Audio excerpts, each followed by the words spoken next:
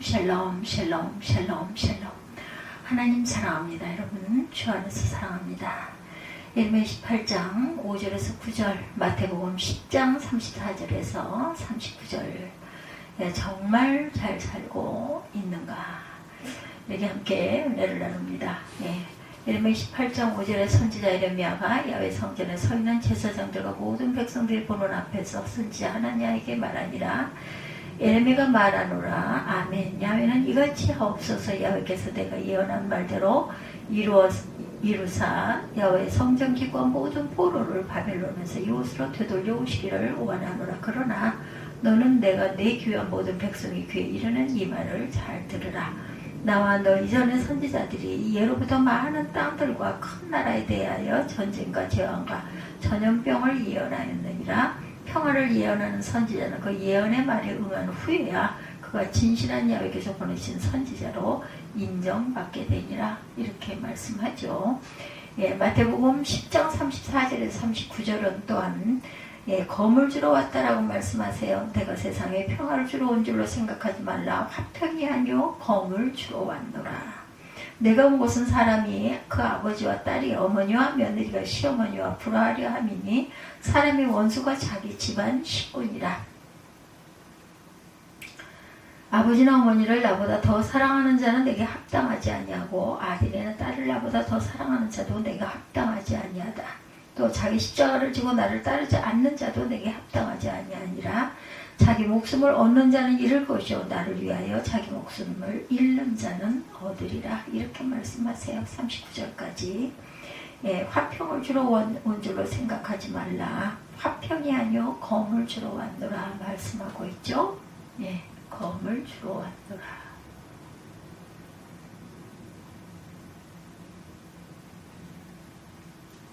어느덧 2014년이 곧 끝날 날짜가 이제 열흘 남짓, 그렇죠? 남았습니다. 얼마 남지 않은 2024년 우리가 어떻게 잘 마무리할지 지혜로운 하루하루 귀한 하루하루가 되시기를 주님의 이름으로 축복합니다. 묵은 시간들은 이미 지나갔으니 앞으로 오는 새로운 2025년을 잘 설계해야 되겠죠? 보통 사람들은 사는 것이 다 그렇고 그런 것이니 구태여 모나게 살려고 할 필요가 없고 하루하루의 시간을 보내면서 살면 잘 사는 것이다, 이렇게 생각들을 많이 합니다. 긴장도 없이 걱정도 없이 준비도 없이 적당히 살면 된다고 믿는 사람들이 많은 것 같아요.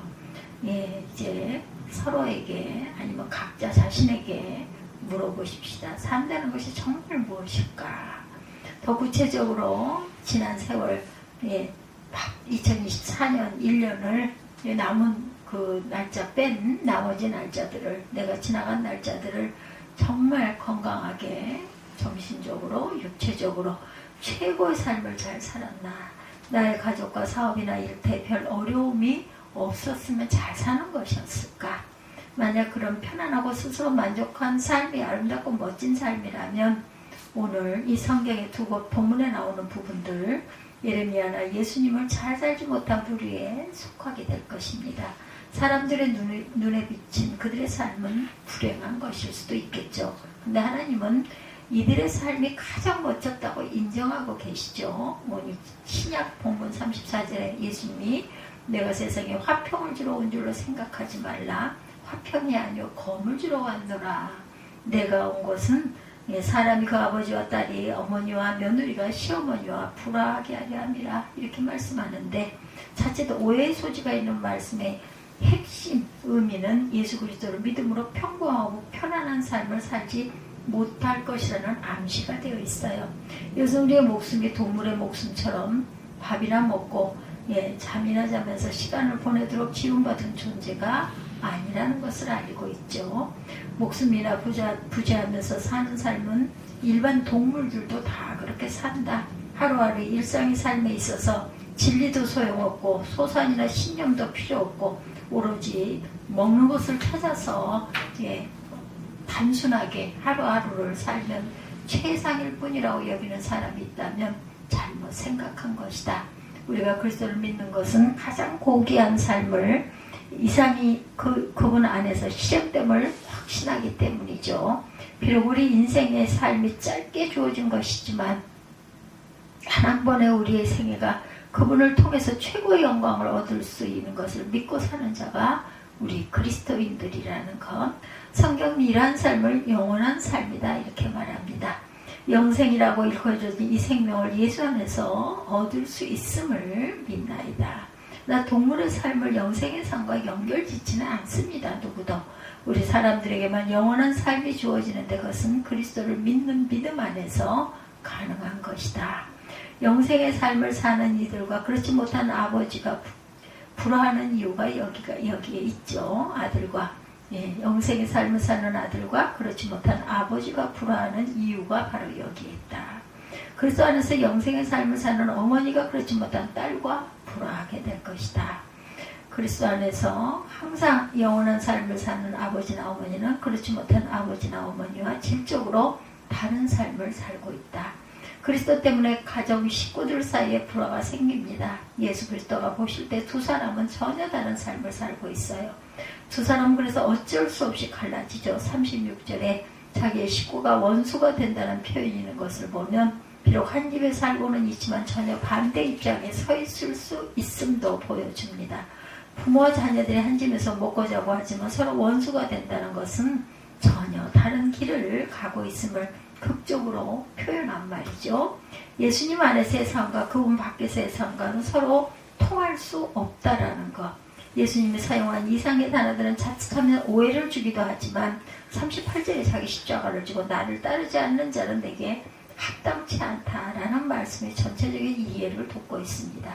십자가를 지는 삶과 십자가를 안 지고 가는 삶과의 차별화가 극대화로 나타나죠. 예수님을 따른다는 것은 십자가를 지는 삶입니다. 거기에는 고통과 아픔이 따라요. 십자가는 고통과 죽음을 의미해요. 그래서 예수님은 자기를 위하여 목숨을 버리는 자는 목숨을 얻는다라고 기록되어 있습니다. 예수를 따른다는 것은 고난과 죽음을 택했다라는 뜻이에요. 죽음도 불사하겠다. 예수를 따르지 않는 것은 십자가를 지고 싶지 않기 때문이죠. 그것은 육신의 목숨을 보호하기 위해서 자신의 안정과 쾌락을 만들기 위해서 살고 있는 것이다. 그러므로 서로 정반대의 길을 가는 사람들 사이에는 충돌은 필연적이다. 십자가를 지고 주를 따라 나선 이들은 십자가를 피하여 편안하게 살려는 아버지와는 근본적으로 가치관이 다른 삶을 살고 있다. 예수님을 따르기 위해서 고난을 견디기로 작정한 많은 적당주의로 살아가려는 어머니와 인생관이 근본적으로 다르게 충돌을 하죠. 예수를 믿고 그분의 본을 따라 살려는 어머니는 그렇지 못한 딸과 서로 맞지 않게 된다. 아들과 아버지가 서로 불화하게 되고 며느리와 시어머니가 서로 원수가 되는 경우도 같죠. 예수 그리스도는 참선과 거짓 삶의 차별을 이토록 극적으로 표현하고 있습니다. 구약의 본문에 나오는 예레미야 선지자를 예로 들더라도 그 하나님은 가치 인식이 다르고 삶의 방식이 달랐어요. 한 시대에 같이 살고 있는 사람들이고 더구나 같은 성전에서 일하는 사람들임에도 불구하고 두 사람은 서로 적대적인 관계에 살고 있음을 봅니다. 그들은 말이나 행동이나 근본적으로 달랐어요. 하나냐라는 사람은 평화만을 이어난 반면 예레미야는 전쟁을 이어냈습니다. 전자는 사람들에게 듣기 좋은 말만 했고 후자는 사람들이 듣기 싫은 말만 해요. 사람들이 듣기 좋은 이야기는 평화요 평강인데 인간들의 희망사항은 평화입니다. 그러나 하나님의 메시지는 평화가 아니라 전쟁이었다. 하나님의 참 대언자고 선지자인 예레미야는 오로지 하나님의 메시지 즉 전쟁을 이어냈어요. 하나냐는 당대의 백성들이 원하고 있는 내용을 잘 알고 있었습니다. 주전 598년에 바벨론에 의하여 1차 침공을 당하고 많은 사람들이 포로로 잡혀갔고 성전의 기구도 탈취당해요. 당대 유다 백성들은 그 빼앗겼던 물건을 다시 찾고 포로된 사람들이 돌아오는 것이 소원이었어요. 우리가 통일의 대한민국이 되기를 원하는 것처럼. 그래서 당대 백성들의 희망상을 잘 알고 있는 하나냐는 그들이 듣기 좋으라고 이제 머지않아 물건도 돌아오고 포로된 자도 돌아온다고 예언을 합니다. 그래서 박수를 받죠. 그러나 예레미야는 하나님 말씀을 전하기 위해서 백성들이 싫어하는 전쟁을 말합니다. 이제 머지않아 더 무서운 전쟁이 올 것이고 더 많은 피해가 일어날 것이라는 예언을 하죠. 하나님의 평화를 약속하셔서 예언자는 그 평화만을 외칠 수 있다면 얼마나 좋겠는가. 자신도 좋고 백성들도 좋아하고 하나님의 뜻이 더 좋고, 그러나 이번에 하나님의 말씀은 전쟁이고 재앙이고 더 많은 사람들이 포로로 잡혀가는 일이 일어날 것이다. 이러면 사람들이 듣기 싫어해도 하나님의 말씀이기 때문에 외치지 않을 수 없었다. 예레미야가 만약 자신의 편안을 추구하는 삶을 살았다면 하나님과의 대결하지 않았을 것이에요. 적당히 살 수도 있었을 것입니다. 그러나 그는 산다는 것이 무엇인가를 확실히 한 분이에요.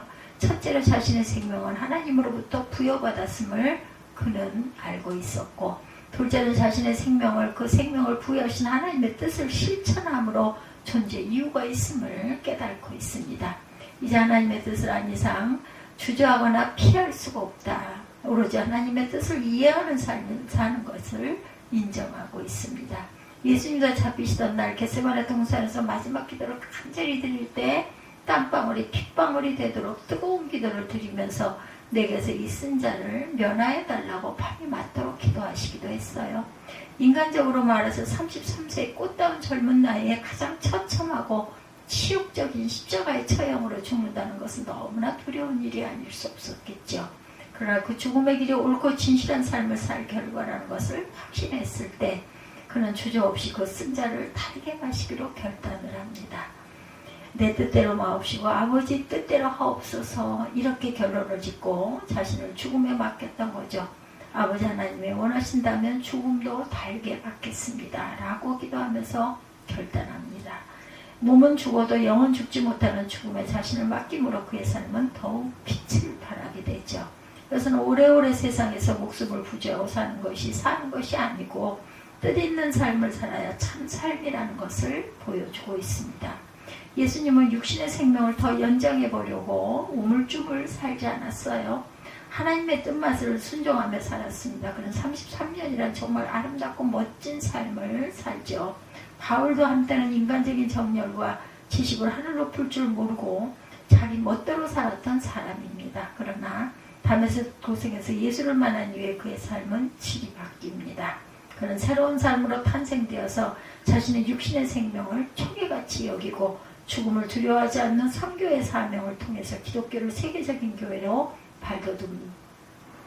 발돋움시키죠. 그는 자신만이 아니라 주변 모인 사람들로 그런 삶을 살기를 원하죠. 예수 안에서 거듭난 사람은 영원한 삶을 부여받았으니 육신의 짧은 생명에 애착하지 말고 연연하지 말고 높은 위상과 소망 가운데 참 삶을 살도록 바울은 권유하죠. 로마서 6장 1절 이하에 죄에 대하여 죽은 우리가 어찌 그 가운데 더 살리오라고 외칩니다. 옛날엔 그리스도의 은혜를 몰라 죄 안에서 살면서도 그것이 사는 것인 줄 알고 살았는데 이젠 예수 그리스도의 이름으로 세례를 받음으로 죄에 대해서는 죽었으니 이제 죄 안에서 살던 삶을 청산하고 정말 옳은 삶을 살자고 4절에 권하죠. 우리가 그의 죽으심과 합하여 세례를 받음으로 그와 함께 장사되었다라고 증거합니다. 옛삶은 장사되고 이제는 그리스도의 부활과 함께 우리가 새로운 생명을 얻었으니 이제부터 새로운 삶을 살자. 5절에도 강조하죠. 만일 우리가 그의 죽으심을 본받아 연합한 자가 되었으면 또한 그의 부활을 본받아 연합한 자가 되리라. 만일 우리가 그리스도와 함께 죽었으면 또한 그와 함께 살 줄을 믿노니 이는 그리스도께서 죽은 자 가운데 사셨으며 다시는 죽지 아니하고 사망이 다시 그를 주장하지 못할 줄 압니다. 이렇게 증거하고 있습니다. 내 뜻대로 마옵시고 아버지의 뜻대로 하옵소서라고 주님도 기도하셨고 또한 바울도 다메섹 도상에서 하나님을 만나고 하나님의 뜻을 깨달아 알고는 이제는 내가 죽는 것이 유익이다 이렇게 증거하고 있죠. 그래서 항상 옛사람이 죽고 동시에 우리가 그리스도의 부활에 참여한 자가 되었으니 과거의 죄된 생활을 끊고 새로운 삶을 얻었다라고 말합니다. 이제 우리는 죄에 대해서 죽은 자이지만 하나님께 대하여는 산 자가 되죠. 영생의 삶을 살고 갑니다. 이와 같은 삶의 내용을 확신한 바울 사도였기에 개종 이후의 그의 삶은 오로지 하나님을 위한 것이 되었다. 그는 지난날의 자기의 삶을 배설물로 여기죠. 세상적인 명예나 재산도 무의미한 것임을 고백합니다. 그는 그리스도 밖에서는 자신의 삶은 무의미하였다고 진솔하게 털어놓습니다. 학벌도 족벌도 세상의 부귀 영광도 그리스도 안에서 주어진 새로운 삶과는 비교할 바가 없다. 바울이 자신의 지난날을 돌아보면서 생각했던 그 내용들이죠.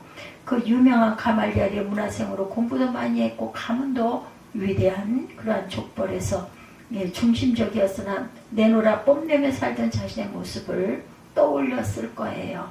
학벌과 족벌이 좋으니 명예도 주어졌을 것이고 재물도 왔겠지만 그가 많은 사람들을 이끌고 예수교를 핍박하는 데 앞장을 선 것을 보면 얼마나 위세가 당당했는지도 알게 되죠. 그러나 그런 것이 그의 참상과 어쨌다는 것인가. 그가 가진 어떤 것도 하나님 앞에 선자의 모습을 보여주지 못했음을 증거합니다.